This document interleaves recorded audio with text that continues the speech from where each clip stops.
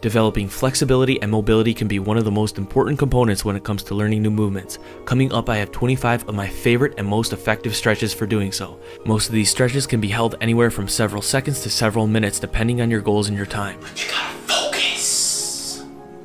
Alright, number 1, the bound ankle, also known commonly in gym class as the butterfly stretch. You're going to put your feet together, grab them, lean forward. This stretches out your groin and lower back. Second stretch we have is the seated cross shin, also known as sitting Indian style. You're going to cross your legs and you're going to lean forward, trying to touch your elbows to the ground. If you can't, you can just touch your hands. This is really going to target the IT band in the glutes, in the leg that is crossed underneath. Be sure to cross both ways. Third stretch, my favorite stretch, the seated straddle. Side note, this is the best stretch for developing flexibility for the flare. You can go straight down the middle, arch side to side, or lean side to side. This stretches out the hamstrings, groin, lower back. Number 4, the pigeon. Bend one leg in front, put one leg out the back. You can arch your back or lean forward. A lot of people like to arch their back up, but I like to lean forward. Don't push too hard into this stretch, just relax and breathe into it. This really helps stretch out the hip and really targets the IT band. Seated forward fold, also known as your basic sit and reach. Great stretch for targeting the back and the hamstrings. Remember to relax into it and breathe. This can be quite uncomfortable but quite effective.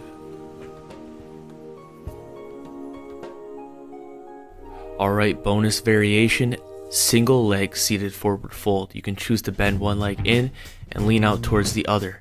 This actually feels a little bit different than the double leg forward fold. So I recommend switching it up every once in a while. Back to the list with 6, the saddle. At first you can choose to go just to your hands. When you develop more flexibility, you can go down to your elbows. When you're ready, you can go all the way to your back. Remember to go slow though. Flexibility takes time to develop. This really targets the quadriceps.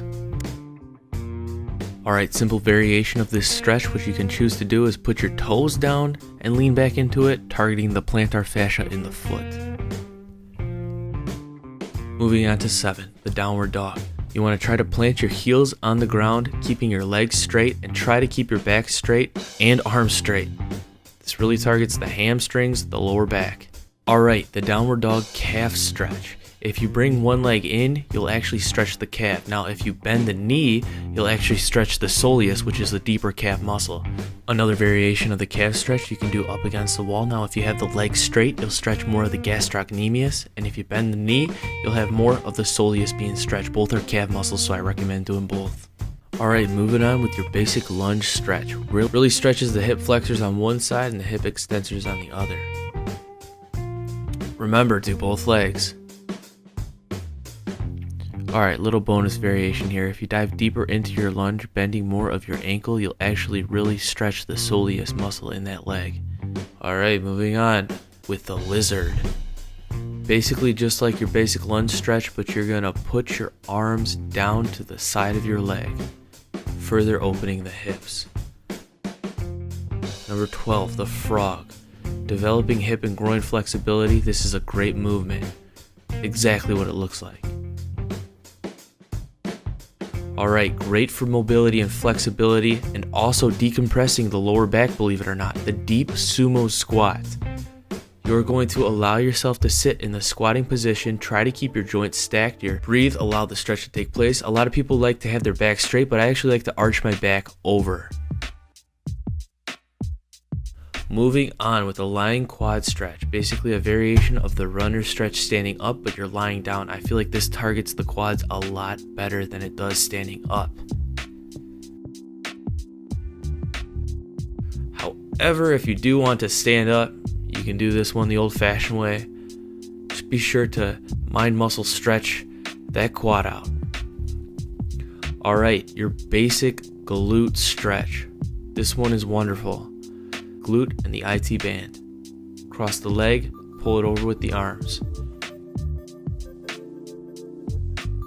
This next one is great for spinal mobility and preventing injury, the cat-cow. More of a mobile, moving pose rather than a static stretch. What you're going to do is you're going to arch your back and then hunch, in and out. You can do a number of reps. I recommend about 10. More spinal and back flexibility, moving on to the Sphinx. This really helps stretch out the abdominal muscles. Now you can just go to your elbows if you're not flexible enough, but I recommend, if you can, pushing up, trying to keep your spine evenly arched, feeling the stretch in your abs. Now from the Sphinx, we can go into the Child's Pose. This is great for stretching the other way. Extend your arms out as far as they go.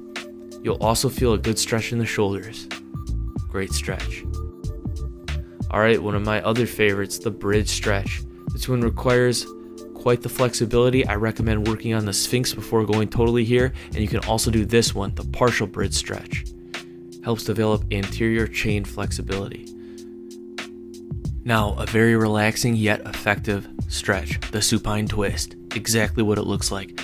Helps stretch out the spine and lateral trunk muscles. Remember, always do both legs, both sides. Keep it even.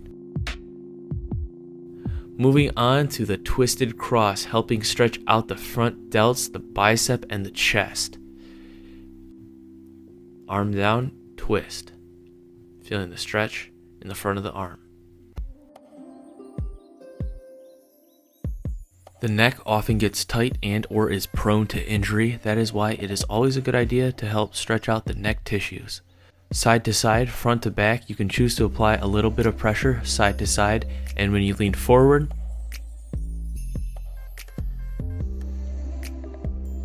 I would not recommend applying any pressure when you're looking back. However, you can choose to bring your jaw up, close your mouth.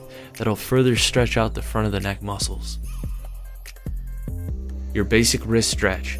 Grab all your fingers, arm out in front, pull back. You can also choose to do the kneeling wrist stretch, hands down on the ground, flip them around, supinate them, lean back.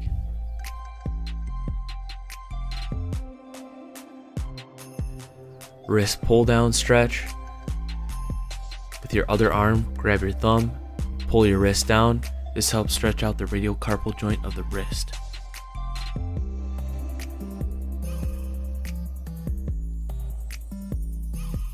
Alright, moving on with your basic bicep stretch.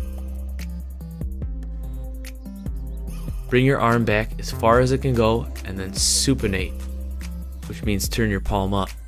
This really helps target the bicep. You can choose to use a wall if necessary.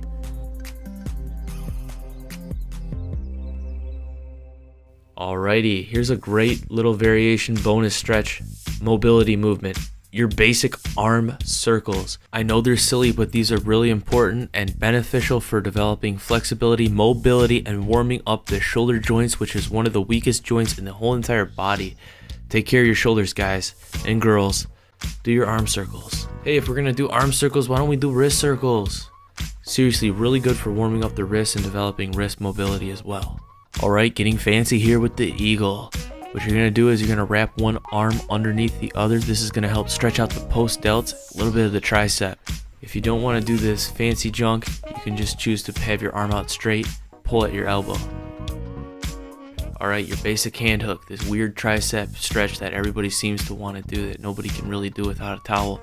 If you can, try to reach and touch both hands. If you can't, you can choose to reach over your head, grab your elbow, pull down, feeling the stretch in your tricep.